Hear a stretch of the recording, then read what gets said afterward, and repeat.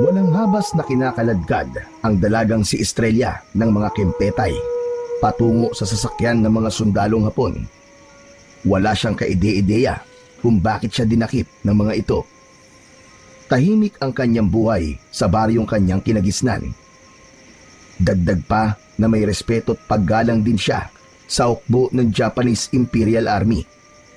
Panahon pa ng Hapon yun, sa taong 1942 hanggang 1945. Ano ba?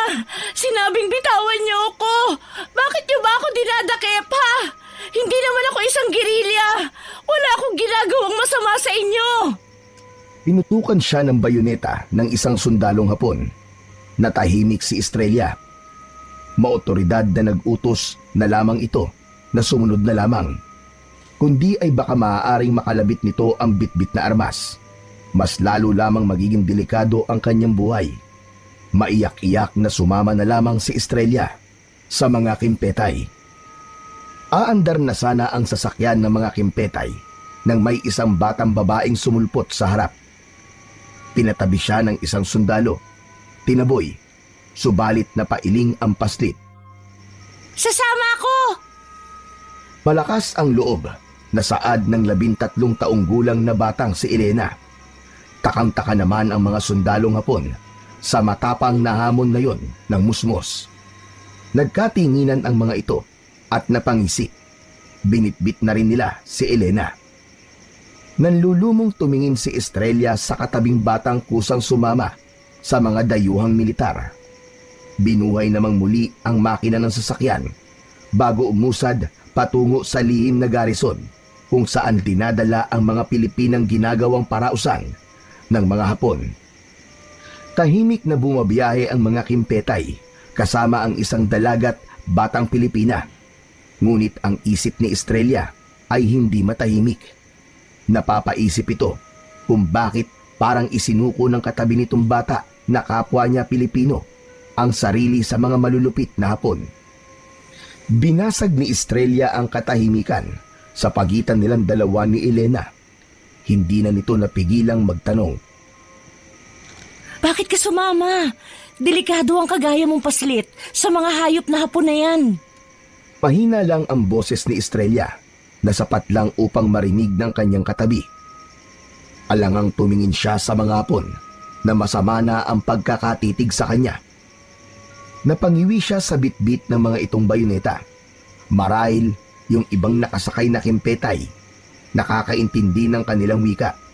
Kaya nag-iingat din ang dalaga na hindi marinig ng mga ito ang kanyang sinasabi. Ate, may misyon ako. Umaling si Estrella kay Elena. Anong misyon naman yun? Sasagot na sana ang paslit nang sawayin na sila ng isang Hapon na balbasarado. Parehong napayuko ang dalawang babae ng dahil sa takot. Nanatiling nakatikom ang bibig ng dalawang Pilipina hanggang sa dumating na sila sa sikretong comfort station. Ang lugar kung saan ginagawa ang kababuyan ng mga Hapon sa mga kababaihang Pilipina. Sa pilitang kinaladkad si Estrella ng mga kimpetay papasok sa garrison, habang ang batang si Elena naman kusang sumunod sa mga militar. Inosente ang itsura ng batang paslit pero makikita na may pagkamisteryosa. Bitiwan niyo ako! Kusa ako sasama sa inyo! Napapiksi ang dalaga pero hindi pa rin ito binibitiwan ng mga sundalo. Hindi nga sabi ako tatakas! Ano ba? Karayoi kasete kudusay. Napalingon ang lahat nang biglang lumabas si Colonel Yamaguchi sa sikretong garrison. Kaagad na sumunod naman ang mga sundalong Hapon at kinalagan siya mula sa maigpit na pagkakahawak. Hindi makapaniwala si Estrella na ang nasa likod pala ng kanyang pagkakadakip ay ang kaibigan ng kanyang yumaong ama na isang kernel na Hapon. Isang pinagkakatiwalaang Hapon noong hindi pa ganap na sinasakop ang Pilipinas ng bansang Japan mula sa ikalawang digmaang pandaigdig. Ikaw? Musta ka? Binibining Estrella. Long time no see. Hayop ka! Ikaw ang may gawa sa akin ito? Nanginginig ang mga kamay ni Estrella sa galit. Biglang kumulo ang kanyang dugo at para bang sasabog na ang kanyang ulo sa kanyang natuklasan. Bakit mo to ginawa sa akin? Kaibigan ka ng sundalong ama ko ah! Nanginginig na mangiyak-ngiyak na sa galit si Estrella. Bago siya lagutan ng hininga mula sa kanyang laban sa mga rebelde. Ikaw ang binabanggit niyang tutulong sa amin. Pero bakit mo ginagawa sa akin ito? Maghunos diri ka, Estrella. Ikaw ay dinakip para aking pangaragaan. Ayaw mo ba nun? Sinungaling! May pumapatak na mga butil na luha mula sa mga mata ng dalaga. Batid ko kung bakit mo ako dinala rito. Para gawing parausan. Hayop ka! Anong gusto mo? Ipapalapa mo rin ako sa mga sundalo mo? Ha? Bababuyin niyo ako gaya ng ginagawa niyo sa mga kababaihang nandito? Lumapit ang kolonel kay Estrella. Piniga nito ang pisngi ng dalaga. Pinakatitigan siya nito ng masama. Huwag kang mag-arara, Binibining Estrella. Hindi ka gagarawin ng aking mga sundalo. Aking karang. Akin. Marahas na binitiwan siya ng kolonel. Bumakas ang pagbaon ng mga kuko ng Hapon. Tumalikod ang kolonel at inutusan ang mga sundalo nito. Shiniirete kudasai. Darin si Binibining Estrella sa kisirida. At ang mga bata, isama sa mga kababaiyang nais niyong pagsasaan mamayang gabi. Bantayan niyong maigi si Binibining Estrella at huwag niyong hahayaang makatakas. Mariwanag! Sabay-sabay na sumugot ang mga sundalo sa kanilang lengguwahe at sinunod ang utos ng kanilang taysa. Walang pakundangang hinawakan si Estrella ng mga kimpetay habang ang batang si Elena naman hindi mahawak-hawakan ng mga ito. Para kasing napapaso ang mga sundalong Hapon sa tuwing magtatangkang hawakan ang paslit na ipinagtaka naman ng dalaga. Sa kabila nun, kagaya kanina ay kusang sumunod ang musmos papasok sa garison. Ikinulong si Estrella sa silid ng taysa na hiwalay sa kwarto ng mga kababaihang ginagawang parausan ng ibang mga sundalong Hapon. Tinutukan naman ng matalim na bayoneta ng mga Hapon ang batang si Elena para pumasok sa silid ng mga babaeng tinipon para doon pagsawaan ng mga dayuhan.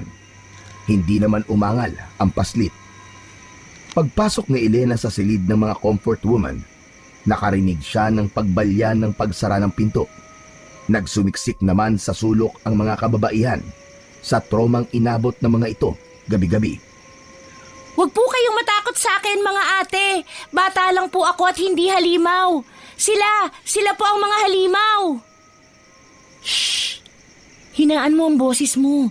Baka marinig ka nila, bata. Mahinang saway sa kanya ng kulot na babaeng gulagulanit ang damit. Puro may mga pasa ito sa katawan. Marungis na rin ang itsura. Siguro dahil sa gabi-gabing pinagpipiesta ng katawan nito ng mga Hapon. Ngunit sa kabila ng maruming itsura ng babae na paulit-ulit ginagamit ng mga dayuhan, hindi pa rin maikukubli ang gandang taglay ng babae. Oo, tama ka. Mga halimaw sila. Dahil gabi-gabi nila kaming pinagsasamantalahan. O di kaya'y pinapatay at kinakain. Wala namang kaming ginagawang kasalanan sa kanila. Patawarin sana sila ng Diyos sa mga kalapastangan ng ginagawa nila sa amin. May tumulong luha mula sa kaliwang mata ng babae. Halatang awang-awa ito sa sarili at kinamumuhian nito ang mga Hapon na pumatay sa buong pagkatao at puri nito. Hindi lang po sila halimaw sa ginagawa sa inyo, ate. Totoo po silang mga halimaw, mga alagad ng dilim. Pinahid ng babae ang butil na tumulo sa mata. Naguguluhang tinanong siya nito kung ano ang ibig niyang sabihin. Halimaw?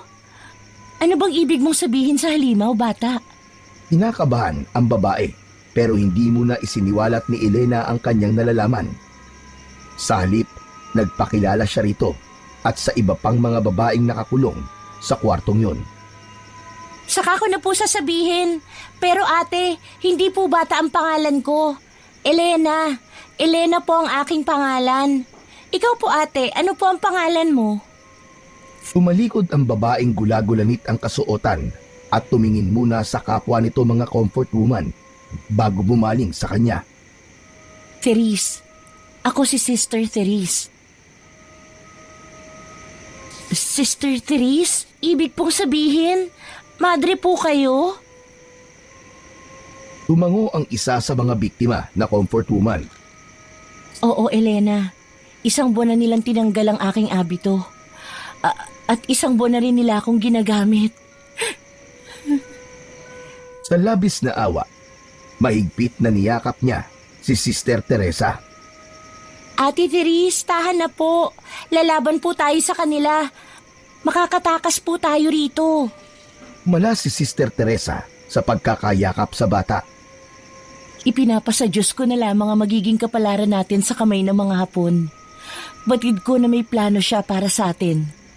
Ililigtas niya tayo sa lugar na ito.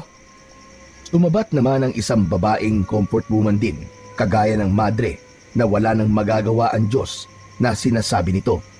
Kung mabuti raw ang Panginoon, malamang matagal na silang nakatakas sa impyernong lugar na yon. Wala daw kwenta ang Panginoong palaging pinagdarasalan ni Sister Teresa. Bawiin mo yung sinabi mo, Ramona. Kaya nangyayari sa atin ang ganitong pagsubok dahil may rason siya.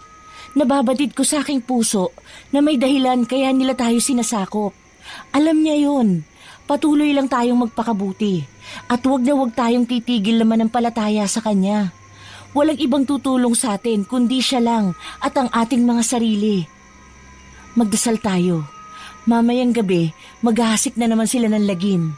Sasakupin ulit nila tayo. Napasinghap ang mga kapwa nito comfort woman at sumali sa pagdarasal, habang yung ibang mga babae naman ay napapailing na lamang sa inaasta ni Sister Teresa. Nagro-rosaryo na ito at nag-uusal lang taimtim na panalangin. Luluhod na rin sana ang batang si Elena upang makiisa sa pagdarasal. Subalit napapitlag siya nang makarinig mula sa malayo ng tawanan at mga pagyabag. Mula pa sa kabilang dako nun at ilang kilometro pa ang layo, may narinig siyang mga palitan ng putukan na lumalaban sa mga kimpetay. Mga gerilya yun na nasa liblib ng kagubatan. Biglang kinabog ang kanyang dibdib sa hindi malamang dahilan nang makarinig siya ng pagdaing ng mga Pilipino na nasusugpo ng mga sundalong Hapon. Napailing ang batang si Elena sa malayong naririnig. Tinuntun niya ang bintanang yari sa kapis at binutas yun ng walang kahirap-hirap. Sumilip siya roon. Mula sa malayo, kitang-kita niya sa malayong kampo ang pagpapahid ng langis ng mga Hapon sa katawan nito. Sa hindi kalayuan, may kumakain ng hilaw na manok at baboy. Yung iba naman, tinitira pa ang mga buhay na hayop. Nanlaki ang mga mata ng paslit at lumayo mula sa pagsilip sa bintana. Naudlot naman ang pag-uusal ng dasal ni Sister Teresa at ibang mga kababaihan dahil sa sunod-sunod na paghinga ni Elena. Elena, anong nangyayari? Para kayatang nakakita ng multo dyan. Ate Therese, may nakita po ako sa kabilang kampo ng mga Hapon. Malinaw ko pong nakikita ang kanilang brutal na ginagawa. Napatayo si Sister Teresa sa pagtataka. Ano? Paano mo nakikita ang kabilang kampo mula rito? Napakalayo nun. Halimaw po sila. Literal na mga halimaw. Ulalas pa ni Elena. Hindi kita maintindihan, Elena. Diretsuhin mo na nga kami. Natigil si Sister Teresa sa pagsasalita nang sumenyas ng kamay ang bata sa madre ng pagtahimik. Nakakarinig po ako ng mga yabag palapit po dito sa ating kinaroroonan. Magsihanda po kayo. Sumilip ang madre na biktima ng mga sundalong Hapon sa butas na bintana. Tuluyan na ngang sinakop ng kadiliman ang kalangitan. Hindi ito maaari. Paparating na nga ang mga demonyo. Bakit po, ate? Hinarap niya si Sister Teresa. Ito ang tatandaan mo, Elena. Magtago ka agad sa kahit saang sulok ng bahay na ito, oras na sumugod ang mga halimaw. Hindi ka nila pwedeng galawin. Napakabata mo pa at inosente. Huwag na huwag kang magpapahuli sa kanila, ha? Hindi naman maisip ni Elena kung ano yung ibig iparating sa kanya ng madre. Ate, mag-iingat po ako. Pero sana kayo rin po. Hindi ko po hahayaan na galawin nila ako. Sanay na kami, Elena. Pero ikaw, unang beses mo itong mararanasan kung sakali. Ayokong galawin nila ang pagkabirhen mo. Hindi ko kakayanin, Elena. Hindi. Nanginginig ang lalamunan ng madre sa pagsasalita. Anumang sandali, bibigay na namang muli ang loob nito. Diyos ko, pahabagin. Iligtas mo po ang batang ito. Napaantanda si Sister Teresa at hinawakan ng ulo ng paslit upang taimtim siyang dasalan ng buong pag-iingat. Ate, palakas na ng palakas ang mga yabag. Napamulat ang babae. Wala naman kaming naririnig ah. Paano mo naririnig ang mga yabag na yun, Ele? Naputol ang susunod na sasabihin ni Sister Teresa nang biglang bumukas ang pinto. Napahawak sa kanya-kanyang mga ulo ang mga kababaihan, maski ang madre. Habang si Elena naman, nakamata sa naunang pumasok na si Kernel Yamaguchi. Psst! Elena, yumuko ka.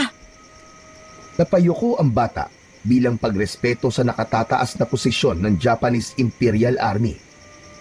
Kayong mga babae, hindi mo na matutuloy ang pagrararo ngayong gabi. Hindi mo na kayo pagpaparausan ng aking mga sundalo. Narinig ni Elena na napahinga ng maluwag ang mga kababaihan. Si Sister Teresa naman, nag-sign of the cross at nagpasalamat. Habang siya ay napatanga, hindi niya mawari kung ano ang nangyayari. Pero wag muna kayong magpakasaya. Nakiusap sa akin si Estrella na wag kayong garawin para makatanggap ako sa kanya ng isang mapusok na hari. Kaya magpasalamat kayo sa kanya. Oras na makita niyo siya. Nagkaroon ng bulong-bulungan sa loob ng silid kung sino yung si Estrella na tinutukoy ng taysa. Damare! Lahat ay tumahimik sa pagsigaw na yon ng kolonel. Subarit hindi nangangahulugan yon. Narigtas na kayo sa kamay ng aking mga sundalo. Isa sa inyo ang pipiriin ko upang maging aray sa mga gutom kong mga heishi. Napamulagat ang lahat at nagtinginan sa isa't isa sa sinabi na yon ni Kernel Yamaguchi. Napapalunok ng laway ang mga kababaihan, hindi malaman kung sino ang pipiliin nang walang awang taysa. Masamang tumingin ang kolonel kay Elena. Napayuko siya habang si Sister Teresa naman ay kinakabahan na baka siya ang ialay sa mga demonyong Hapon na sundalo. Tinutulan agad ng madre ang masamang tingin sa kanya ng kolonel. Taysa, please don't hurt her. Have mercy for this child, please, Taysa. Natatakot na pagsusumamo ni Sister Teresa na niyakap si Elena. Kahit ako na lang po, Taysa. Huwag mo lang pong idamay ang walang kamuwang-muwang na batang ito. Please, Taysa. Please. Pumalatak si Kernel Yamaguchi. Mukhang ginalit yata ng madre ang Diablo. Para akong gagawin sa kanya, sister. Huwag kang matakot. Bumaling ito sa isang babaeng halos humalik na sa sahig, si Ramona. Ang umuusig kay Sister Teresa sa sinasamba nitong Panginoon. Ikaw ang pipiriin ko. Napailing-iling si Ramona at kinaway-kaway ang mga kamay upang hindi siya dakpin. Ngunit buo na ang desisyon ni Kernel Yamaguchi. Pinabitbit siya nito sa mga kimpetay at inilabas sa may comfort station. Nagbingi-bingihan naman ang lahat ng mga kababaihang natitira sa silid na yon. Rinig na rinig kasi ang pagmamakaawa ni Ramona na tulungan ito. Kinandado ng muli ang kulungan ng mga comfort woman. Napapahilamos na lamang sila sa marurungis na itsura habang pinapakalma ang sarili. Ano kayang gagawin nila kay Ramona? Wala akong ideya pero wag naman po sana. Maya-maya pa, biglang nakarinig si Sister Elena ng mga pagdaing at pag-iyak na wari bang parang may kinakatay. Sumilip muli siya sa butas na bintana. Gayong malayo ang pinagdalhan ni Ramona sa kabilang kampo ng mga Japanese. Kitang-kita niya na sakop ng paningin na maliban sa pinagsasamantalahan ang kaawa-awang babae. Wari bang sinisip-sip ang leeg at tiyan nito ng iba pang mga Hapon. Labis na nasindak si Elena sa kanyang nasaksiyan. Napaurong muli siya at napatanga. Nakangangalang ang bibig niya sa nasilayan. Naisip niya ng mga sandaling yun ay maling-mali yata na tinanggap pa niya mula sa alaga ng kanyang yumaong mga magulang, ang mutya ng agila. Anong nangyari, Elena?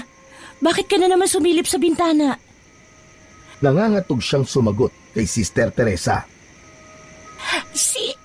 Si Ate Ramona po. Ha? Paano mong nasisilip si Ramona dyan sa labas? Di ba nasa kabilang kampo pa yun? Napakalayo pa nun para... Si Ate Ramona po, Ate Therese. Kinakain po nila. Napaupo siya sa labis na panlulumo. Sa ganoong murang edad, nakakasaksi na siya ng ganoong klaseng brutal na pagpatay ng isang tao. Hindi niya maidedetalye sa mga nakakatandang mga babaeng naroon ang nangyari. Pero malinaw na malinaw sa kanyang isip na pinagpipiestahan ang kaawa-awang katawan ni Ramona ng mga hindi pangkaraniwang nilalang na mga sundalong dayuhan. Tumatak na talaga sa kanyang utak ang karumal-dumal na sinapit ng kanyang kababayan sa kamay ng mga halimaw na Hapon. Nagsilapitan kay Elena ang mga kababaihan. Pinapawi ng mga ito ang kanyang tromang nararanasan. Kaya kailangan palagi kang maging handa sa iyong maririnig at makikita, Elena. Nasa kalagitnaan tayo ng digmaan. Ang mga kalalakihan nakikidigma para lumaya tayo sa mga mananakop na Hapones na yan. Habang tayo mga babae, nakikidigma gabi-gabi upang maproteksyonan nitong ating mga purit kaluluwa. Pero wala tayong magagawa. Mga armado sila. Kung hindi natin ihahain sa halimaw ang ating mga putahe, papatayin nila tayo. Ayaw naman nating mamatay sa kamay ng mga Hapon, hindi ba? Umigil na rin si Elena sa kakaiyak. Tinatagan na lamang niya ang kanyang kalooban. Siguro, masasanay rin siya. Gaya na lang ng harap-harapang pagpaslang sa kanyang mga magulang ng mga Hapon na yun. Pati ang mga agila na alaga ng kanyang ama na itinuturing na pambansang ibon sa Pilipinas, hindi pinalagpas ng mga banyagang mananakop. Pero Elena, nagtataka talaga ako sa'yo. Hindi ko malaman pero paano mo nakikita at naririnig ng malinaw ang nagaganap sa kabilang kuta ng mga Hapon? Napakalayo nun dito sa sikretong garrison. Paano?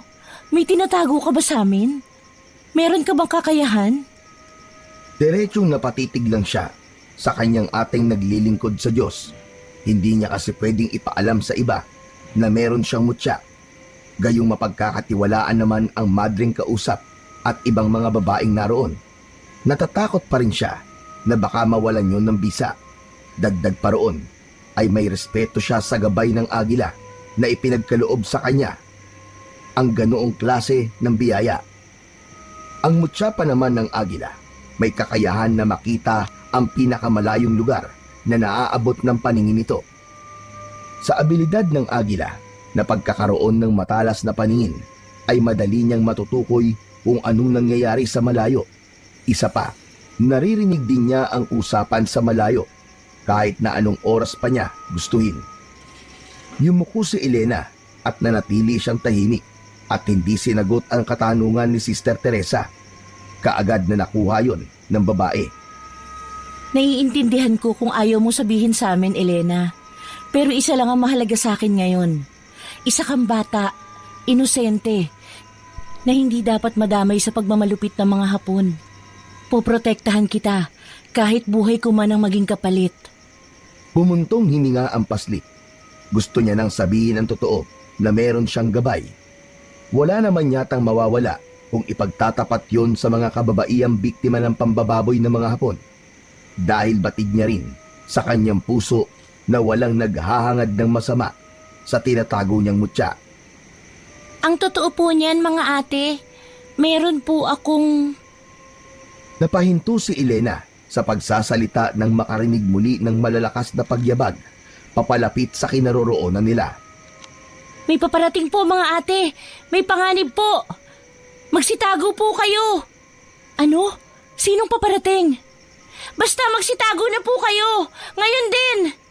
Sabay-sabay nila palingon ang lahat ng mga kababaihan nang biglang bumukas ang pinto ng silid. Hindi nila inaasahan ang pagdating ng mga sundalong Hapon. Patawa-tawa pa ang mga ito na nakalabas ang dila. Tila sabik na sabik ng makatikim ng babae, ngunit hindi sa literal na paraan. Nagtilian ang mga Pilipina. Nalilito naman si Sister Teresa. Bakit sinugod pa rin sila ng mga sundalong Hapon kung nagkaroon na sila ng alay? Anong ginagawa niyo rito? Nakuha niyo na si Ramona. Pinatay niyo na siya. Bakit pa rin kayo nandito? Isang pagdaluhong lang ang sinagot ng hayok na sundalo sa madre na inuumpisahan na siyang hubaran at pagsamantalahan. Wala kayong kakontentuhan. Hindi pa ba sapat na pinaslang na ninyo si Ramona? Tapos ganito pa gagawin niyo sa amin? Diyos ko, mahabagin. Ikaw na po ang bahala sa kanila. Sa kalagitnaan ng pangahalay kay Sister Teresa, naisip nito ang batang si Elena. Hinanap nito ang paslit. Nag-aalala ang madre na baka pinagpiepiesta na rin ng mga sundalo ang bubot niyang pangangatawan. Elena! Nasaan ka? Magtago ka! Huwag ka magpapakita sa kanila kahit anong mangyari. Huwag na huwag mo isuko sa kanila ang pagkababae mo. Iligtas mo ang iyong sarili, Elena! Samantala, rinig na rinig ni Elena ang mga panaghoy ng mga Pilipina. Sobrang sakit ng dinaranas ng mga ito. Nagtago siya sa tokador. Tinatambol ang kanyang puso sa sobrang kaba. Tinawag na rin niya ang mga alam niyang santo sa mura niyang isip. Maski ang mga yumaong magulang, tinawag na rin niya ng sa gayon, hindi siya matagpuan sa kanyang pinagtataguan. Gabayan siya nawa ng kaluluwa ng mga ito, kahit may gabay naman siyang tinatago. Nakasamaang palad, may nagbukas ng tokador. Napatili ang bata nang tumambad sa kanya ang Hapon na may peklat sa muka. Napapikit na lamang si Elena habang tumitili. Lumayo ka sa akin! Huwag na huwag mo akong hahawakan! Sinasabi ko sa'yo! Subalit tila walang naririnig ang Hapon na yon na may peklat sa kaliwang pisngi. Lumayo ka! Tangka na sana siyang bubuhatin ito nang parang nakaramdam ito ng init sa katawan. Parang napapaso ang sundalong Hapon na yon. Natigilan ang Hapon at tumingin sa kanya. Sinabi nang lumayo ka eh! Tinulak ni Elena ang lalaki. Sa pagtulak niya sa sundalo, sa isang iglap ay biglang may gumapang na apoy sa buo nitong katawan. Naghuhumiyaw sa sobrang init ang sundalo hanggang sa tuluyan nitong masunog. Tumigil naman ang mga sundalong patuloy na kinakabayo ang mga kababaihan. Gimbal na gimbal ang mga kasundaluan sa napaslang ng isang batang Pilipina sa kasamahan nila. Napurnada ang panggagahasa ng mga Hapon sa comfort woman. Pinuntiryan nila si Elena upang hulihin. Bakit sila tumigil? Teka, Hinang-hinang bumangon si Sister Teresa na tinakpan ang hubad nitong pangangatawan. Nasilayan nito ang nangangamoy na sunog na katawan ng isa sa kampon ng dyablo. sinong may gawa niyan? Napabalikwas sila ng lingon na para bang may tinutugis ang mga sundalo na isang bubuit. Dinig nila na hulihin daw ang kodomo na sa wikang Tagalog ay bata. Hindi maaari. Si Elena? Si Elena ang gumawa sa sundalong yan? Hindi makapaniwalang saad nito sa sarili. Sa paglabas nila Sister Teresa sa silid na yon, mas lalo pa silang nagimbal Napatay na ang mga sundalong Hapon na yon. Kagaya sa nangyari sa may sundalong may pilat sa muka. Sunog na sunog din ang katawan ng mga ito. Umuusok-usok pa ang mga bangkay. Napapailing na lamang ang madre sa kalunos-lunos na sinapit na mga Hapon sa kamay lang ng isang batang paslit. Elena! Nasaan ka? Magpakita ka sa amin! Sa ilang segundo lamang, biglang lumitaw sa harap nila si Elena. Napasapo sa dibdib si Sister Teresa. Ate Therese, nandito na po ako. Ikaw bang may gawa ng mga ito sa sundalo? Yumuko ang musmos bilang tugon. Pero paano? Hindi ko na maipaliwanag ang nangyayari sa iyong bata ka. Ate, kasi... May mutya po ako ng agila. Lumukot ang muka ni Sister Teresa. Mutya ng agila? Ano yun? Ito po ang gabay ko para proteksyonan po ako laban sa masasama. Napapikit na umiling-iling ang madre. Hindi. Teka, ibig mo bang sabihin, meron kang kapangyarihan? Malakas na napatango ang bata. Opo ate, at ang kapangyarihan ko na ito, nagmula sa alagang agila ng aking ama, sa tirahan po namin sa kabundukan. Tugon pa niya. Hindi pwedeng mangyari ito. Iisa lang ang may kapangyarihan sa lahat. At walang iba kundi ang Panginoong Diyos. Paano ka magkakaroon ng kapangyarihan? Sa maniwala ka man o sa hindi ate, may mga nilalang dito sa ating mundo na hindi natin maipaliwanag. Ang alaga pong agila ng aking ama, isa po siyang hulog ng langit sa amin. Noong namatay sina ama at ina, may ibinigay po sa akin ng agilang yon mula sa mga kuko nito. At ito po yun. May dinukot si Elena mula sa maselang bahagi ng kanyang katawan. Mula sa kanyang salungsuob, kinuha niya yung mahiwagang bato. Ibinida niya sa mga kababaihang nandoon ang mutya na bato ng agila na hugis mata. Para rin itong araw kung titingnan, ito ay sumisimbolo sa talas ng paningin at kakayahang makita ang katotohanan sa kabila ng dilim. Madali ko rin pong matukoy kung anong tinatagong katauhan ng mga sundalong Hapon na yon. Hindi ako makapaniwala.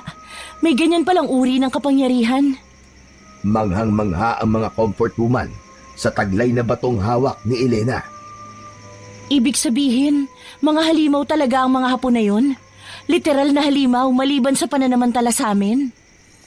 Opo ate, mga aswang po sila. Natuptop ng madre at ng iba pang mga kababaihan ang kanilang bibig.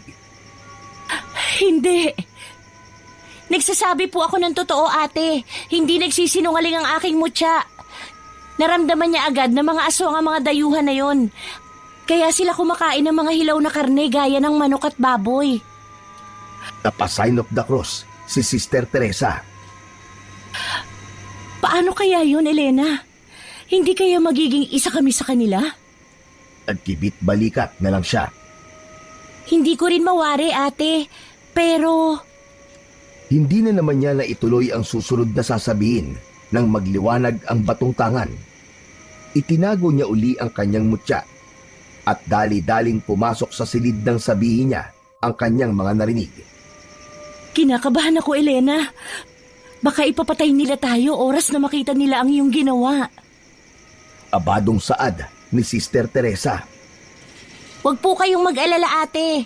Ako pong bahala sa inyo. Napaigtad ang lahat nang marinig ang galit na sigaw ng taysa.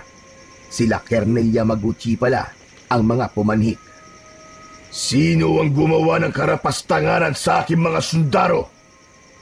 Kaya parang nangangamoy sunog. Magbabayad siya. Napaurong ang lahat sa muling pagbukas ng pinto ng silid. Ipinagdaop nila ang kanilang mga palad sa labis na takot sa mga dayuhang sundalo. Kayong mga babae kayo, sinong sumunog sa mga kasundaruan ko? Sino?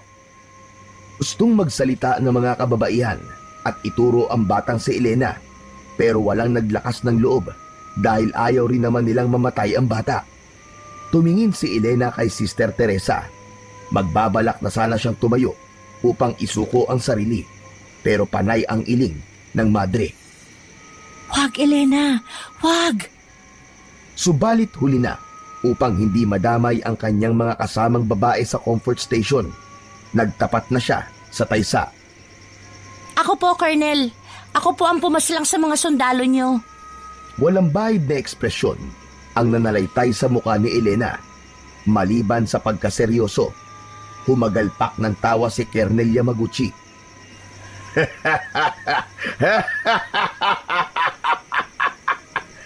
Isang bata?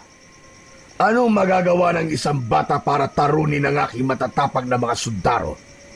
Huwag mo akong Hindi ako nagpapatawa, Colonel Diablo. Matapang na putol na saad niya sa nakatataas na sundalo ng mga Hapon. Ako ang pumaslang sa kanila. Sinunog ko sila dahil wala silang awa. Kagaya mo! Muhit ang pagkabagsik sa itsura ni Colonel Yamaguchi. Napakatapang mo! Sige, tignan natin ngayon kung nasaan pa rin ang tapang mo kapag pinugot ko ang ulo mo gamit ang katanang ito. Wag! Wag, Daisa! Wag! Hinugot ni Colonel Yamaguchi ang kanyang samurai at pinanghampas sa kanya. Hindi man lang natamaan si Elena, bagkus ay bigla na lamang itong naglahong parang bula. Nagpalinga-linga ito sa palibot ng silid ng mga comfort woman. Asaan? Nasaan ang bibwit na yun? Lingid sa kaalaman ng taysa, nasa likuran pala nito si Elena. Ako ba ang hinahanap mo, Colonel Diablo? Lilingon pa sana si Colonel Yamaguchi nang hawakan niya ito. Isang matinding pagkapaso ang naramdaman ng koronel. Aray! Ang init! Napapaso ako! May biglang gumapang na apoy sa uniforme ng kolonel. Kaagad nito yung inagapan sa pamamagitan ng paggulong. Ano? Naniniwala ka na ba sa akin na ako ang pumaslang sa mga sundalo mo? Sarkastikong wika niya rito. Tumindig ang taysa at napangisi. Hindi ka pang karaniwang bata. Kailangan mag-ingat ako sa'yo. Talagang mag-iingat ka sa akin, Colonel Diablo. Kundi, tutuluyan kitang tupukin gamit ang aking kapangyarihan. Nanlilisik ang mga mata ni Colonel Yamaguchi sa pangiinsulto ni Elena. Ano ba ang gusto mo, bata? Para hindi mo ko pasrangin. Isa lang ang hihilingin ko, Taisa. Palayain mo ang mga kababaihang narito. Palayain mo kami. Napangisi ang koronel sa pagsabi nun ni Elena. Ganun ba? Sige. Napakasimple. Pararayain ko kayo. Bigyan mo ramang ako ng ilang minuto para makapag-isip. Huwag ka nang mag-isip. Palayain mo na kami rito. Pati ang babaeng kinulong mo sa iyong silid. Bahagyang napaisip si Colonel Yamaguchi. Ang ibig mo bang sabihin ay ang aking pinakamamahar na estrela? Oo, siya nga. Yun lang ang pakiusap ko. Nang sa ganon, hindi ko na magamit sa inyo ang aking kapangyarihan. Mahinang natawa si Colonel Yamaguchi. Napakatapang mong pasrit ka. Porket may bit-bit kang kapangyarihan. Gawin mo na! Ulyaw na pananakot ni Elena. Sinusian ni Colonel Yamaguchi ang silid sa hindi kalayuan sa kwarto ng mga comfort woman. Lumabas si Estrella na bakas ang magkahalong pagtataka at takot. Pagkatapos ay isa-isa nitong tinapunan ng tingin ang mga kababaihan. Anong ibig sabihin nito, Colonel Yamaguchi? Papalayain mo na ba kami? Umawa ng malakas ang Colonel. Kasunod nun, ang paggapos nito ng bisig ng hapon sa leeg ni Estrella. May hinugot ang taysa sa bewang nito. Isang delikadong maliit na baril ay itinutok nito sa sintido ni Estrella. Anong gagawin mo sa akin? Bakit mo tinututok sa akin ang barel? Maawa ka! Anahimik ka, Estrella! Ikaw! Basrit! Tukoy nito kay Elena na nakaawang na ang bibig. Ganon din sina Sister Teresa at ibang mga kababaihan. Huwag mo sasaktan si Ate Estrella! Nagsusumamo ako sa'yo! Huwag mong iputok yan! Hindi ko ipuputok to, Pasrit. Pero ibigay mo sa akin ang itinatago mong kapangyarihan. Pakakawaran ko ang babaeng ito. Nagdalawang isip si Elena. Hindi niya pwedeng ilabas ang mutyang itinatago niya at ibigay sa iba. Subalit kung hindi naman niya isusuko ang kanyang gabay, baka mapahamak naman ang isa pa niyang kalahing Pilipina. Ang misyon niya naman talaga ay ang proteksyonan nito, kahit di niya batid kung bakit. Ano, Pasrit? Ibibigay mo ba sa akin ang kapangyarihan mo o papasrangin ko ang kababayan mo? Ayaw mo naman sigurong may mamatay pa, hindi ba? Wag! Huwag kang sumunod sa kampo ng dilim. Itago mo yan. Kailangan mo yan para mailigtas ang ating bayan. Hayaan mo na ako. Naiiyak na si Elena. Hindi niya pwedeng hayaang may dumanak na naman na dugo ng kanyang kababayan sa kampo ng mga Hapon. Elena, iligtas mo siya. Pahinang pakiusap naman ng madre. Wala na siyang nagawa kundi ilabas ang mutya ng agila mula sa kanyang panty. Ibinigay niya kay Colonel Yamaguchi ang mahiwagang batong yon, gayong labag sa kanyang kalooban. Napahalakhak si Colonel Yamaguchi. Kasunod nun ay pinakawalan nito si Estrella at sumama sa mga kapwa Pilipina. Mahigpit na hinawakan yun ng Colonel at itinapat sa dibdib. Magiging marakas na ako. Mas rarong magiging marakas.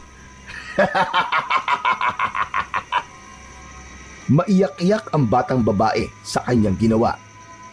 Wala na. Normal na lamang akong bata. Patawarin mo ko. Dapat hinayaan mo na lang akong mamatay.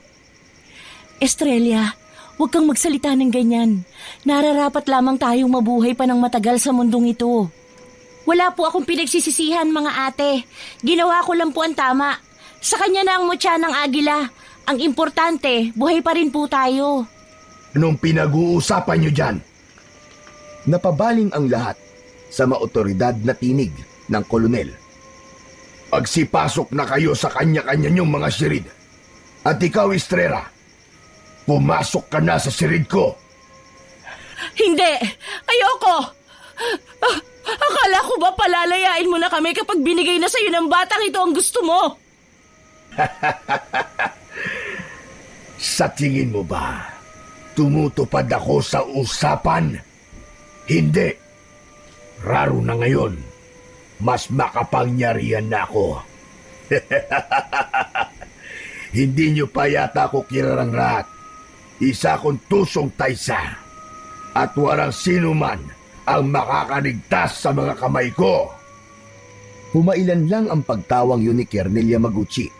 Tinaliman muli sila nito ng malaagilang mga mata na nag-aapoy sa galit. Kitang-kita na ni Elena ang pagiging mabisa nito sa dyablo.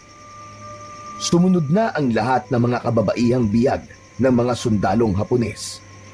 Napabulong naman si Elena. Sigurado akong hindi rin magtatagal sa isang taong maitim na budhi ang mutya ng agila. Nakakatiyak akong papanig din sa akin ang kapalaran. Huwag mo nang hangarin pa yan, Elena. Hindi na tayo makakatakas pa rito. Lalo na gaya ng sinabi ni Taisa, mas malakas na siya ngayon dahil naipasa mo na sa kanya ang mutya mo. Ang tangi na lang nating magagawa ay ang magdasal para madugtungan ang buhay natin. Ila pinanawan na ng pag-asa si Sister Teresa. Samahan mo kong magnobena mamayang hapon, Elena. Kailangan tayong magpatuloy na manalig sa kanya. Mas makapangyarihan na ang dyablo. Wala na tayong ibang makakapitan kundi ang mga dasal na dapat nating matupad. Inabot ni Sister Teresa sa kanya ang puting rosaryo at ang maliit na Biblia. Yan na lamang ang tangi nating pag-asa. Huwag mo sanang iwawala. Opo, maraming salamat po. Huwag kang magpasalamat. Wala kang dapat ipagpasalamat. Dahil tayo-tayo na lamang magkakalahi ang magtutulungan sa matinding krisis na ito. Isinarado nila ang pinto ng silid. Alalang-alala naman si Elena sa kalagayan ng kabilang kwarto kung saan nakakulong ang isa pa niyang ate na si Estrella. Ano kayang ginagawa ng Colonel Diablo ngayon kay Ate Estrella? Para po kasing naririnig ko siyang umiiyak. Ganap na ngang nawala ang bisa ng mutya sa'yo, Elena. Dahil pare-pareho na tayo ng naririnig. At malamang, ginagamit ng Taisa ngayon ang katawan ni Estrella. Napaantanda si Sister Teresa. Panginoon naming tagapagligtas, iligtas niyo po si Estrella sa kamay ng dyablo. Ate Firis, Dumilat ang madre ng sandaling yon. ano yun, Elena? May paraan pa po para makatakas tayo dito at makahingi ng tulong sa mga gerilya. Pumalatay ang pagtataka nito sa itsura sa kanyang naiisip. Ha? Paano? Tinungo ng batang si Elena ang bintana. Gumawa pa siya ng malaking butas doon. Napahigit mula siya ng malalim na paghinga bago naglikha ng isang malakas na pagsipol. Sobrang tagal ng pagsipol na yon na umabot pa hanggang 10 segundo. Elena, ano bang ginagawa mo? Baka marinig ka ng mga sundalo. Huwag ka po mag-alala, Ate Firis. Hindi nila maririnig ang pagsipol ko. Paano ka nakakasigurado? Ang pagsipol ko na yon ay espesyal lamang para sa isa kong alagang kaibigan na nagkaloob sa akin ng mutya. Launan, may kumalampag sa bintanang yari sa kapis. Gamit ang mga kuko ng agila, bahagyang nawarat ang bintanang yon. Nakapasok ang malaking ibon na ikinabahala ng madre. Palabasin mo yung alaga mo rito, Elena. Matutunugan tayo ng mga hapon. Saglit na saglit lang ito, Ate Firis, mga kasama. Uutusan ko lang ang kaibigan kong agila na iparating sa mga gerilya kung saan tayo naroroon. May inusal si Elena sa malaking ibon na yon. Nang makuha yun ng agila, saka ito matayog na lumipad palayo. Pambihira ka talagang bata ka. Nakakausap mo sila? Opo, tinuruan kasi ako ng ama ko kung paano magkaroon ng komunikasyon sa mga agila. Kaya pala ikaw ang napili para sa mutya nila. Gano'n na nga po, ate. At nararapat lang na maibalik sa'yo ang mutya na kinuha sa'yo ng Taisang yun. Tipid na napangiti si Elena. Kung para talaga sa akin yun, ate, kusayong babalik sa akin. Nilamon na ng dilim ang buong paligid. Pasado 7:00 na ng gabi, kakatapos lang magdobena ng mga kababaihan. Dahil dyan, nangangamba naman sila na sasalakay na namang muli ang alagad ng mga kadiliman at pagsasawaan na naman ang kanilang katawan. Magsihanda na kayo. Paparating na sila. Pahinang sambit ni Sister Teresa. Niyakap ng mga kababaihan ang isa't isa. Para bang tanggap na ng mga ito, natatanggalan muli ulit sila ng saplot at dignidad na magiging kahiyahiya sa buo nilang pagkatao. Habang si Elena naman, pasilip-silip sa bintana, hinihintay niya ang pagdating ng kanyang alaga. Nasaan ka na? Bakit ang tagal mo? Tingin mo ba, Elena, sasagipin tayo ng mga gerilya ngayong gabi? May tiwala po ako sa kaibigan kong agila. Sana lang po nakarating po sa mga gerilya ang mensaheng binulong ko sa alaga ko para makatakas na po tayo dito. Hindi kaya nabaril na ng mga hapon ang alaga mo? Kaya wala pa rin hanggang ngayon ang mga gerilya para itakas tayo rito? Biglang kinutuban ng hindi maganda ang bata sa hinala ni Sister Teresa. Hindi kaya napatay na ng mga hapon ng agila mo? Baka pinulutan na. Hindi po, Ate Firis. Huwag ka nga po magsalita ng ganyan. Makakaligtas tayo rito. Mailap ang alaga kong yun. Sigurado ako na nakarating sa mga kapwa nating Pilipino ang mensahe ko. Ay, hindi ko na alam, Elena. Malapit ko na sukuan ng Diyos na sinasamba ko. Ate naman! Pero gusto ko na siyang makita. Doon kasi sa kaharian niya, wala nang sakit, paghihirap at pasakit. Pakahulugang sabi ng madre sa kanya, sabay baling nito sa paslit. Elena, kapag may nangyari man sa akin, basahin mo ang Biblia na ibinigay ko sa iyo, ha? Tatanda ka pa, baka magkaroon ka pa ng nobyo, pero wag na wag mong kakalimutan ng Diyos. Napangiti si Elena sa ate niyang si Sister Teresa. Ate naman, huwag ka magsalita ng ganyan. Sabay-sabay tayong makakalaya rito. Sabay-sabay tayong mabubuhay at makakabalik sa kanya-kanya nating mga buhay. Gusto ko sumama sa iyo, ate, sa kumbento nyo. Matapos lang ang kaguluhan at bumalik na ulit ang kapayapaan sa ating bansa, itutuon ko ang atensyon ko sa Panginoon. Kasama ka, Ate Therese. Napatiklop ng labi si Sister Teresa na ipinagtaka ni Elena. Bakit ka po gumaganyan, ate? Ano pong problema? Sigurado ka? Gusto mong magmadre? E di, hindi ka na makakapag-asawa niyan. Kailangan mo manumpa sa simbahan. Napakamot ng ulo si Elena na nangingiti. Hindi ko rin po masabi. Bahala na po ang Panginoon. Sa bagay. Ay! Napatili si Sister Teresa nang makarinig ng sunod-sunod na putukan sa paligid. Ano yun? Bakit nagpuputukan? Ewan ko po, ate. Pero isa lang ang sigurado ko. Nandiyan na ang mga gerilyang sasagip sa atin. Nakaligtas ang agila mo.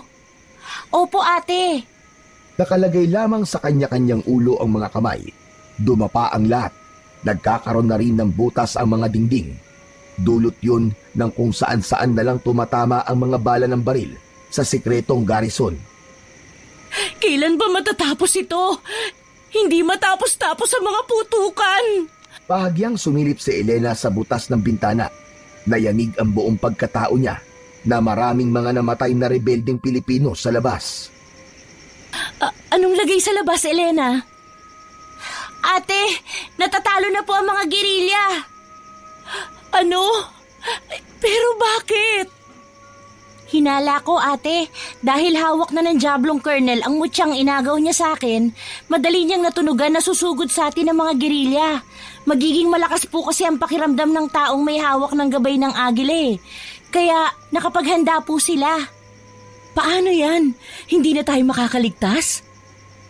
Natameme na si Elena. Hindi niya na sinagot ang madre. Sa halip, sumipol siya ng malakas. Agad na dumating ang alaga niyang agila at nakapasok sa loob ng garrison. Kaibigan, tulungan mo ko. Bawiin mo ang mutya na binigay mo sa akin noon kay Colonel Yamaguchi. Magagawa mo ba yun? Idinipan na lamang ng malaking ibon ang malapad nitong mga pakpak, saka mabilis na lumipad palabas. Nag-aahari pa rin ang mga putukan sa kuta ng mga Hapon. Wala silang ibang ginawa noon, kundi ang manalangin ng manalangin sa gitna ng nagpapalitang putukan sa pagitan ng mga gerilya at kempetay. Hanggang sa may biglang nagbukas ng pinto ng silid. Nagkumpul-kumpul agad sila sa takot na baka mga sundalong dayuhan ng mga yon. Subalit isang Pilipino ang tumambad sa kanila. Awak ang isang mahabang baril. "Bilisan nyo! Magsitayo na kayo! Itatakas ko kayo!" Salamat sa Diyos. Nandiyan na ang tagapagligtas. Pero kuya, si Ate Estrella. Nagtagpo ang magkabilang kilay ng binatang gerilya sa sinabi niyang pangalan. "Ano? Si Estrella? Ang aking nobya? Nandito siya?" Gulat na nagtanong ang paslit sa binata. Nobya mo si Ate Estrella? "Oo. Pero wala nang maraming tanong. Ituro niyo kagad sa akin kung saan siya nakakulong. Bilis!" Nasa kabilang kwarto siya, Ginoo. Madaling-madaling nagsilikas ang mga kababaihan habang nagaganap pa rin ang maingay na putukan sa paligid. Tinungo naman agad ng binatang gerilya na nagngangalang Kaloy ang silid na pinagkukulungan ng nobya nitong si Estrella. Pinutukan nito ang nakakandadong silid na pinagkukulungan ng iniirog. Lumabas doon si Estrella at pinasalubungan ni Kaloy ng isang mainit na yakap. Kaloy, mahal ko. Akala ko patay ka na. "Huwag ka nang umiyak, mahal ko. Tahan na. Hindi ako makakapayag na mamatay tayo sa digmaang ito. Tumakas na tayo bago pa tayo abutan ng mga Hapon." Pumanaog na silang lahat. Dumaan sila sa likod ng garrison nang sa gayon madali nilang pasukin ang gubat kung saan nagkukuta ang mga gerilya. Kuya, paano ka po pala nakapasok sa garrison? Kung natatalo na po ang mga kasamahan ninyong gerilya. May isang agilang lumusog sa koronel. Gamit ang matatalas itong mga kuko. Nasaktan nun ng taysa. Kung hindi dahil sa ibon na yon, malamang Hindi ko kayo maililigtas. Maraming salamat sa kanya. Malapit na nilang matuntun ang gubat nang magpaputok ang mga Hapon. Nakaramdam sila ng pagbagsak isa-isa sa mga kasamahan nila sa pagpuga.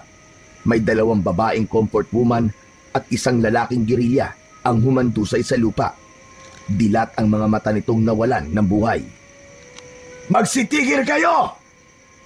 Nagtaas ng mga kamay sina Kaloy, Estrella, Sister Teresa at ang batang si Elena at ang mga comfort woman at mga gerilya sa pagsigaw ng Kernel. Shukumen shite kudasai! Magsiharap kayo sa akin, kundi papuputukan ko kayo ng barir! Alit na nag-utos si Kernel Yamaguchi. Nagsiharap naman ang lahat ng mga Pilipinong kumakalaban sa Japanese Imperial Army. Napagmasdan nila ang kalmot sa kanang pisngi ng Taisa. May ideya na si Elena kung saan ito nakuha yon. Tumaas muli ang sulok ng labi ng bata. Osoroshi, akala nyo ba ganon-ganon nyo lamang ako matatakasan? Walang makakatakas sa akin. Lahat kayong mga kumakaraban sa aming Japanese Imperial Army. Katapusan nyo na! Mamamatay kayong lahat! Pumailan lang ang galit na sigaw na yun ng Taisa, ngunit hindi sila nagpatinag. Aking mga sundaro, dakpid silang lahat at pugutan ng uro! Magtatangka na sanang tumalima ang mga kasundaluhan nang biglang humarang ang madring si Sister Teresa. Sandali lang po, Taisa. Huwag naman po sanang ganito. Tigilan niyo na ang pagmamalupit sa aming mga Pilipino. Tigilan niyo na ang digmaan na ito. Ang mga pagpapahirap sa amin. Wala kaming ginagawang masama sa inyo. Tahimik po ang buhay naming ibang mga Pilipino. Pero bakit ganito po ang dinadanas namin? Bakit pati kaming mga inosente dinadamay ninyo? Mangiyak-ngiyak na tanong ng madre sa mga sundalong Hapon na nananatili pa ring nakatutok ang mahahabang baril sa kanila. Sumagot si Kernel Yamaguchi. Lahat kayo damay sa digmaang ito. Mapa-inosente man o hindi. Hanggat may kumakaraban sa aming army, hanggat nagpapataasan ng ihi ang iba't ibang mga rahi, hindi matatapos ang kaguruhang ito. Sumunod kayo sa aming mga Hapon. Magiging mapayapa ang bansa nyo. Umatangis na lamang si Sister Teresa sa isiniwalat na pahayag ni Kernel Yamaguchi. Napapahikbi ito sa sobrang sikip ng dibdib hanggang sa mapagdesisyonan nitong lumapit sa mga kasundaluhan. Susuko na kami sa inyo! Huwag lang kayong magpapaputok! Sininyasan ni Kernel Yamaguchi ang mga tauhan nito na ibaba ang mga baril. Maingat pa ring lumalapit na nakataas ang mga kamay ng madre. Ate Therese, ano pong gagawin ninyo? Nang makalapit si Sister Teresa sa isang sundalo, mabilis nitong inagaw ang bayoneta nito. Saka pinaputukan ng malapitan ang mga sundalo. Naghudyat na ang madre na tumakbo habang ito ay nagpapakawala ng mga bala. Tumakas na kayo! Bilisan nyo! Takbo na! Niratrat ni Sister Teresa ng bala ng bayoneta ang mga nakakasumpong nitong sundalo. Hindi inaasahan ni Elena ang pagsasakripisyo ng Ate Teresa niya. Kaya naman, tinakbo niya ang babae para sana sagipin ito. Subalit huli na ang lahat. Tinadtad na ng bala ng mga militar ang katawan ng kaawa-awang madre. Hindi! Ate Therese! Ate! Pinasan si Elena ni Kaloy sa balikat. Mabilis silang pumulas bago pa sila mahagip ng tingga ng bala ng baril. Ibaba mo ako! Si Ate Therese! Ate! Wala na tayong magagawa sa kanya, bata. Ipagdasal na lang natin ang kanyang kaluluwa. Naalala bigla ni Elena ang mga pinag-usapan nila ni Sister Teresa. Ang masaya't makabuluhan nilang pag-uusap na dalawa. Akala niya, Sa pagtatapos ng gera laban sa mga Hapon, makakasama pa niya ang ate niyang madre. Doon pala siya nagkakamali dahil doon din pala sa digmaang yun ang katapusan ng alagad ng Diyos na biktima ng pang-aabuso ng mga Hapon. Tagumpay na nakatakas ang ilang mga gerilya, comfort woman, kasama sina Kaloy, Estrella at ang batang si Elena sa pagpapaputok ng mga dayuhan. Nakarating na rin sila sa kuta ng mga gerilya. Hindi naman magkandagulapay si Elena na isipin pa rin ang sinapit na kamatayan ng kaibigan niyang madre. Nakikiramay ako. Elena, tama? Hinabihan ni Estrella ang malungkot na batang si Elena habang pinagmamasdan ang sigaan. Yun ang nagsisilbing liwanag nilang mga gerilya kapag kumagat na ang dilim sa paligid. Hindi niya sinagot ang dalaga. Nilulukob pa rin siya ng kalungkutan sa pagkawala ng matalik na kaibigan. Sa palagay ko nga, tama ako. Elena ang iyong pangalan. Nakikiramay ako para sa atin, Ate Estrella. Hindi lang ako ang nawalan dito, kundi tayong mga Pilipino.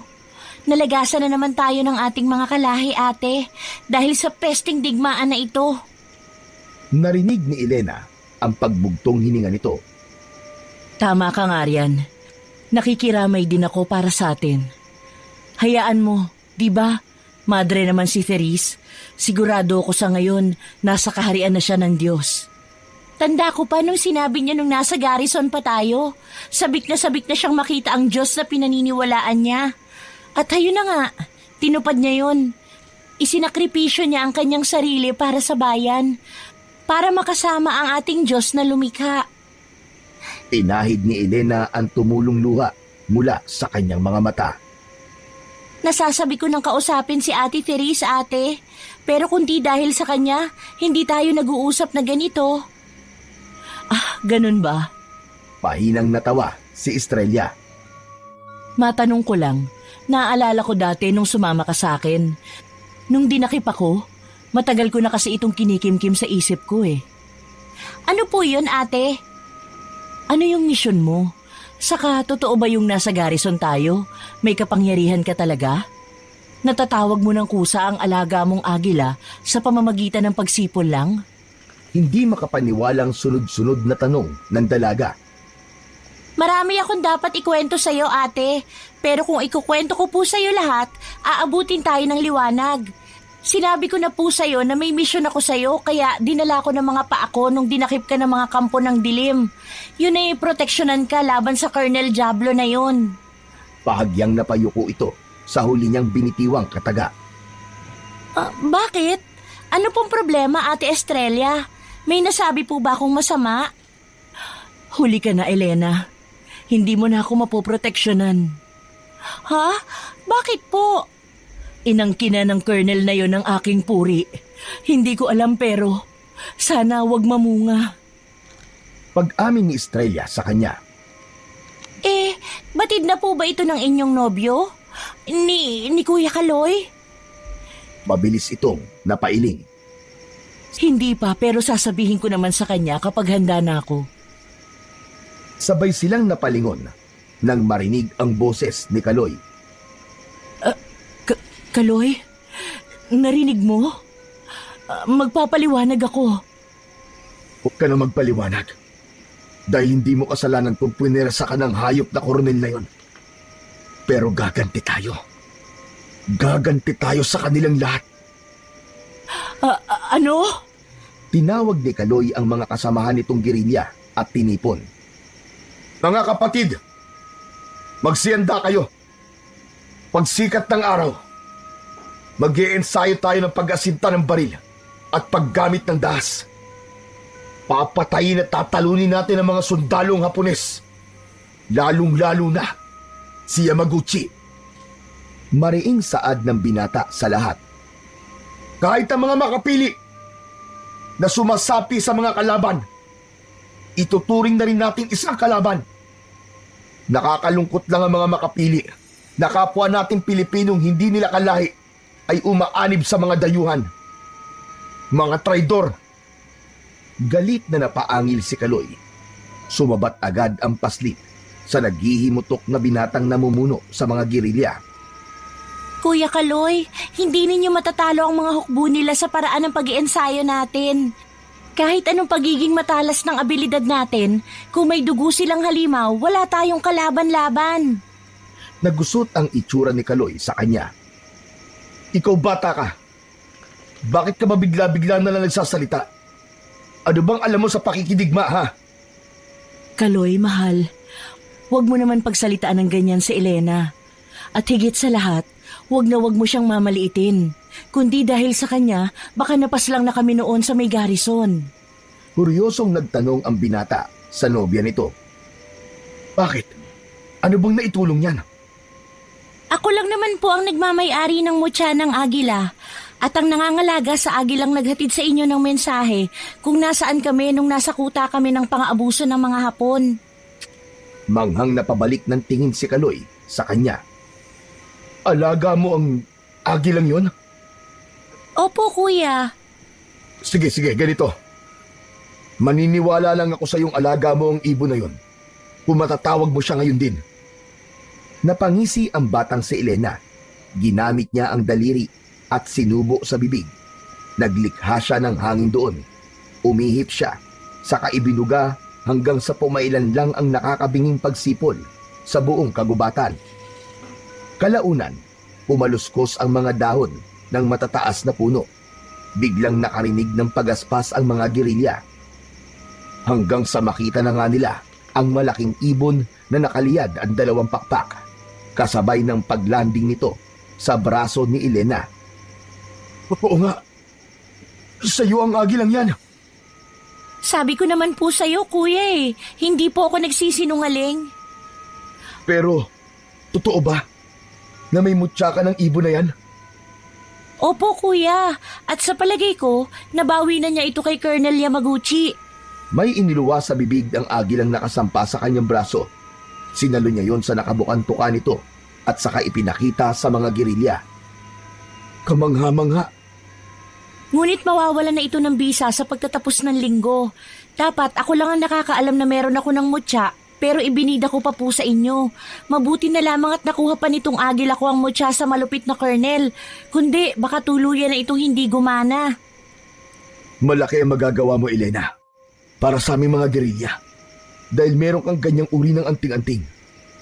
Lalo na't nalaman ko mula sa'yo na hindi pala sila basta-bastang mga malulupit na mga Hapon lang, kundi may dugo rin pala sila ng isang aswang. Gagawin natin ang ating makakaya upang masugpo sila sa tulong ng natitirang kapangyarihan ng iyong mutya. Kumapit lang tayo. Mapapalaya din natin ang bansang ito mula sa mga mananakop. Mahimbing na silang natulog ng gabing yon. Hindi pa man nagliliwanag, ginising na silang lahat ni Kaloy. Puspusan sila sa pag-iensayo nang sa gayon makalaban sila kahit papano sa mga dayuhan. Mga kapatid, mamaya na pala ang kabilugan ng buwan. Nakatitiyak ako na magpapalit na sila sa malahalimaw na anyo. Tama ba ako, bata? Baling ni Kaloy kay Elena. Opo, kuya. Kaya dapat maghanda na tayo oras na makaamoy sila ng karne nating mga pangkaraniwang tao. May maliit na tanga na bakal na armas ang batang babae. Inasinta niya ang mga lata na mahigit na 4 na kilometro ang layo mula sa kampo. Sa talas ng kanyang mga mata sa kapangyarihan ng mutya ng agila, lahat ng mga nakailerang lata ay kanyang napatumba. Naririnig din niya sa kalayuan ang mga pinapatay na mga Hapon na Pilipino sa may piitan. Kundi man pinupugutan ng ulo mga ito, kinukuryente muna, inilulublog sa drum na punong-puno ng tubig o hindi kaya ay nilalatigo. Nagbingi-bingihan na lamang si Elena sa kanyang mga naririnig. Mga kapatid, magpahinga na tayo. Inabutan na tayo ng liwanag. May 3 oras na tayong walang tigil sa kakainsayo. Malamang, lahat tayo ay gutom na. Kami ng 5 kong kasama, hahanap muna ako ng makakain natin para maigsan kahit papano ang nararamdaman nating gutom at uhaw. Siya nga pala, mahal. Saan tayo kukuha ng mga makakain natin at saka iinumin? May malapit na malinis na batis dito. Di ko lang kabisado kung saan. Sa makakain naman, sana may masumpungan tayo kahit prutas o gulay lang. Kuya, ate, magpatulong tayo sa alaga kong agila. Sumipol si Elena at mabilis na lumitaw mula sa kalangitan ang ibong yon. Lumapag yon muli sa braso ng paslit. Kaibigan, matutulungan mo ba silang humanap ng makakain at pag-iinuman natin? Sadyang kailangan na talaga namin eh. Lumikha ang agila ng tunog na parang paghuni nito at lumipad ng mataas. Ate, kuya, sundan niyo po ang aking kaibigan. Dadalhin niya po kayo kung saan tayo pwedeng makakuha ng makakain at maiinom natin. Magiliw na wika ng musmos sa dalawa. Sa wakas, hindi na ako mahihirapan. Malaking tulong talaga ang alaga mong yan para sa ating mga Pilipino sa gitna ng magulong bansa na ito na pinag-aagawan ng mga dayuhan. Maraming salamat. Lumarga na ang dalawang magkasintahan upang sundan ang malaking lumilipad na ibon. 5 minuto pa lamang ang nakakalipas nang makarinig na may paparating mula sa kanilang kampo. Tinalasan ni Elena ang kanyang pakiramdam. Tama nga ang kutob ng bata. Paparating na sa kanilang pinagtatago ang lungga, ang mga kalabang Hapon. Mga ate at kuya, wala pa sina Ate Estrella sa ngayon pero may paparating na mga Hapon. Magsipaghanda kayo! Dahil sa alertong ipinamalas ng bata, maliksing nagsihanda ang mga gerilya, maski ang mga babaeng nanggaling sa istasyon ng parausan ng mga Hapon. Mabilis silang nagtago sa mga matatayog na puno. Malayo pa man, pero ang preparasyon sa bawat isa ay solido na. Hindi pa man nakakalapit ang mga kimpetay. Nagpaputok na ang isa sa mga gerilya. Umalingaw-ngaw ang putok na yon na sumapul sa noo ng isang sundalong Hapon. Hanggang sa nagpalitan na nga ng mga bala. Walang mga Pilipino ang natamaan. Merong daplisman, ngunit hindi naging madugo. Umaksyon na rin si Elena. Sa liksi ng paslit, naiilagan niya ang mga balang pinakakawalan ng mga kalaban. Sa tuwing hinahawakan niya ang mga ito, kaagad na nagliliyab ang buong katawan.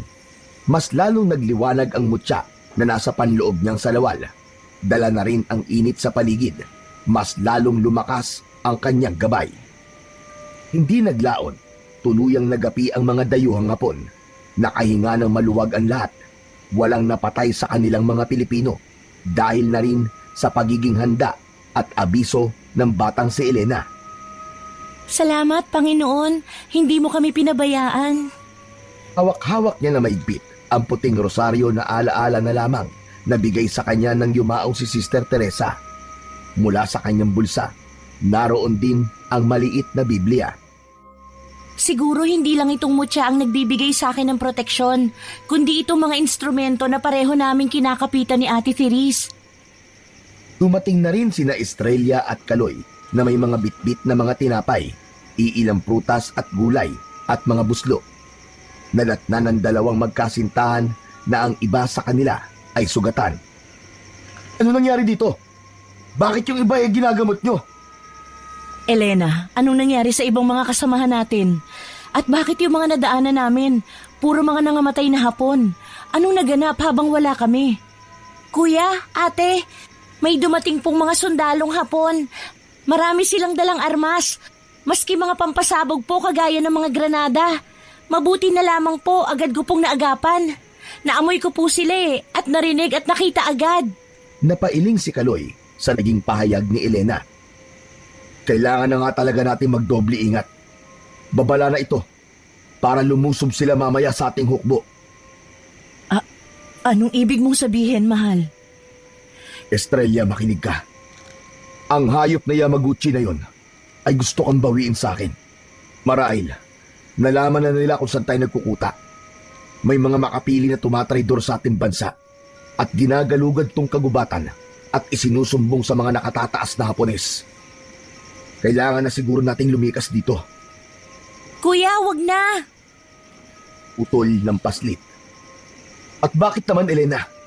Bakit mo kami pinipigilan? Bukas na bukas din ay mawawala na ng bisa itong mutya ko. Nakukutuban ko ng mamamatay na ang aking alaga. Kailangan ko ng suporta ninyo. Ako ang haharap sa colonel na yon. Dito na natin wawakasan ng pang-aabuso sa atin ng colonel na yan. Saglit lang, Elena. Hindi ba delikado?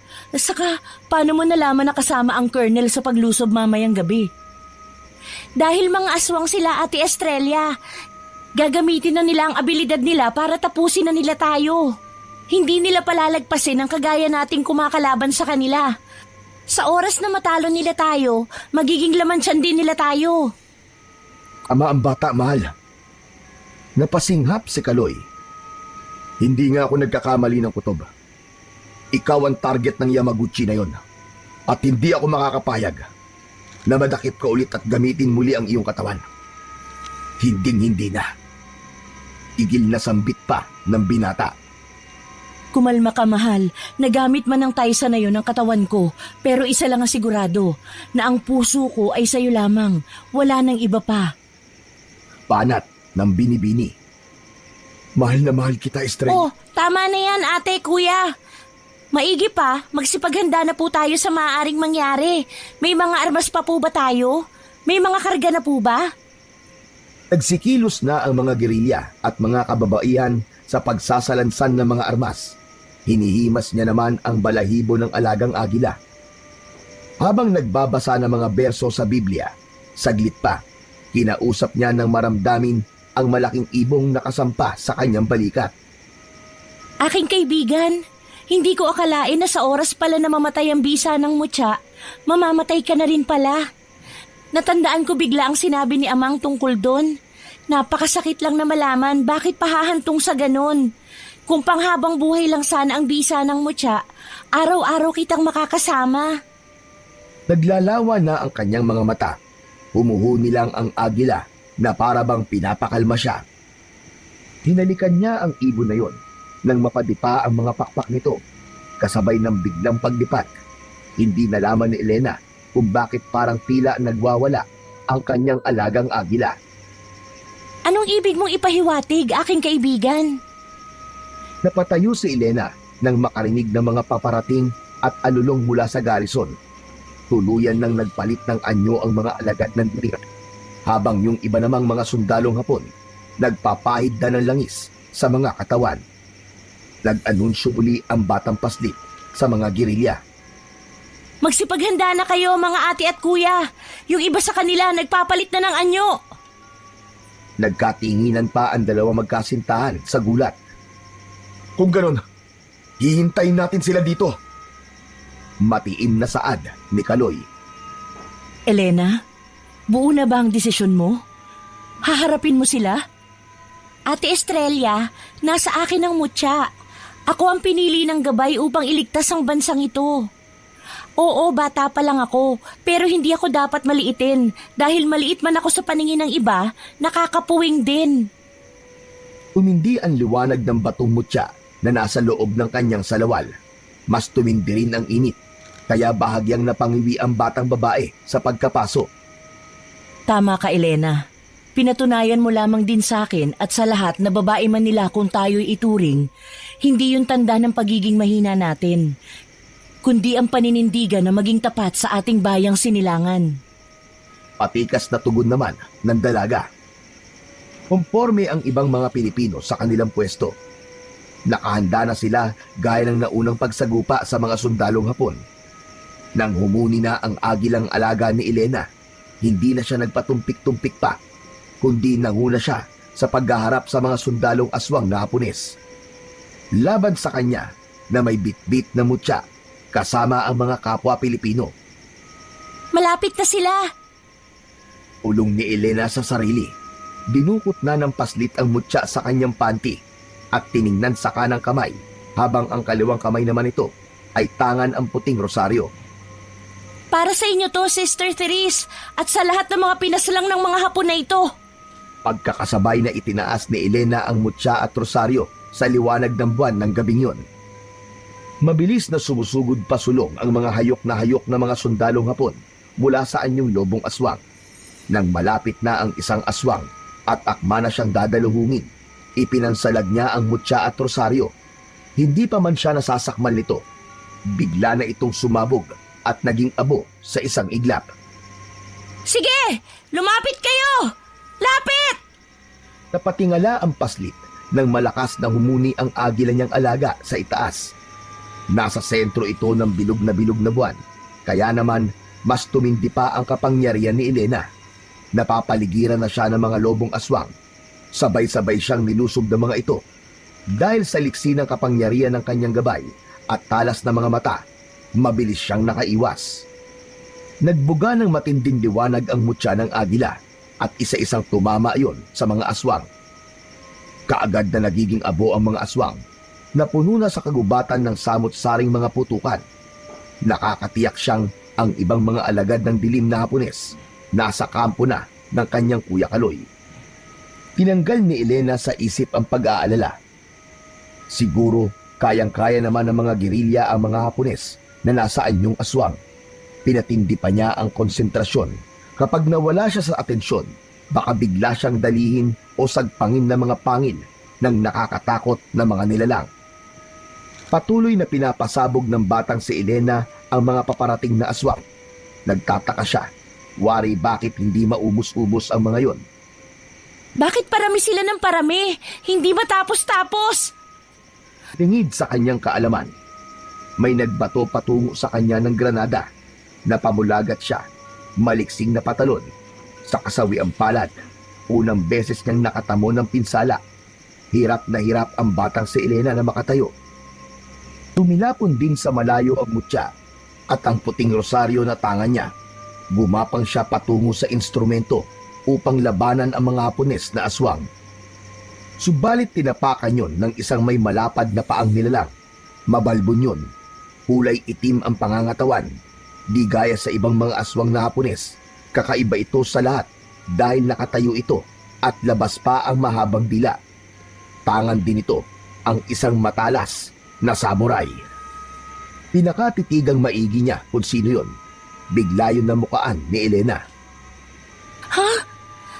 Colonel Yamaguchi? Ulalas niya. Owara shimashita. Wara ka ng kawara ngayon. Ito na ang katapusan mo. Itinaas ng malahalimaw na anyo ni Colonel Yamaguchi ang sandata nito.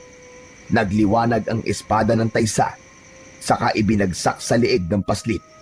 Dadampi na sana ang talas ng katana sa leeg ni Elena nang hindi yon matuloy. Napatingala si Elena at nasilayan niya ang kanyang alagang agila na dinaklot ang mga mata ng koronel. Nabitiwan ng halimaw na koronel ang katana nito. Doon naman nakakuha ng pagkakataon si Elena na damputin mula sa malayo ang bato ng mutya at rosaryo. Itinapat niya ang dalawang instrumento ng kabutihan sa koronel na aswang. Heto na ang katapusan mo, Colonel Diablo! Para sa mga inapit-pinas lang mo ng mga kapwa ko Pilipino! Isang matinding liwanag ang naipon sa mutya at sa rosaryo ni Sister Teresa. Kalaunan, bumugayon ng apoy sa direksyon ni Colonel Yamaguchi. Hindi maaari! Kinain ito ng matinding liwanag hanggang sa matupok. Tanging bakas na lang ng korteng tao sa lupa ang nadatnan ng lahat. Umuusok-usok pa yun. Natanda na natalo ng isang batang paslit ang isang koronel. Pinaligiran yun ng mga gerilya at mga kababaihan. Nang makumpirmang natalo na nga nila ang koronel at naubos na rin ang mga aswang na Hapones, sumigaw silang lahat sa kagubatan. Bit-bit ang pagbubunyi ng kanilang bansa. Para sa kalayaan! Para sa kalayaan! Mabuhay ang Pilipinas! Kalayaan ng Pilipinas! Kalayaan! Matapos ang sagupaan ng gabing yun sa mga Hapones na aswang, unti-unti na rin nagiging normal ang lahat. Naging malamig na ang sitwasyon. Unti-unti na rin nakakabangon ang mga Pilipino mula sa pagmamalupit ng bansang Japan. Ika-20 ng Oktubre, taong 1944, nagbalik si General Douglas MacArthur sa Leyte kasama ang Allied Forces na naging simula ng paglaya ng Pilipinas mula sa Hapon. Ika-5 naman ng Hulyo, taong 1945, formal na idiniklara ang ganap na paglaya ng Pilipinas mula sa kontrol ng bansang Japan. Isa na ring ganap na dalagitan noon si Elena. Patay na ang alagang agila nito at tuluyan ng hinipan ng hangin ang mutya. Ganun pa man, masayang masaya ang Musmos dahil nakalaya na ang Pilipinas sa mga Hapon. Sina Estrella at Kaloy naman magsisimula na rin ng panibagong buhay. Saan ka na ngayon yan, Elena? Anong ni Estrella kay Elena? Papasok po ako sa kumbento, Ate Estrella. Doon na po ako mananahan sa tahanan ng Diyos. Yun po ang pinangako ko kay Ate Therese. Nasusunod ako sa yapak niya bilang isang madre. Napangiti rin si Kaloy sa kanya. Kung ganun, makikita-kita pa rin pala tayo. Bakit po? Hindi mo ba alam na buntis ang Ate Estrella mo at magpapakasal kami kung saang simbahan ka naroroon? Magiliw na sinabi ni Kuya Kaloy. Napansin ni Elena na nangangambang hinaplos ng Ate Estrella niya ang nakaumbok na tiyan. Napalagok ito ng laway sa kaba.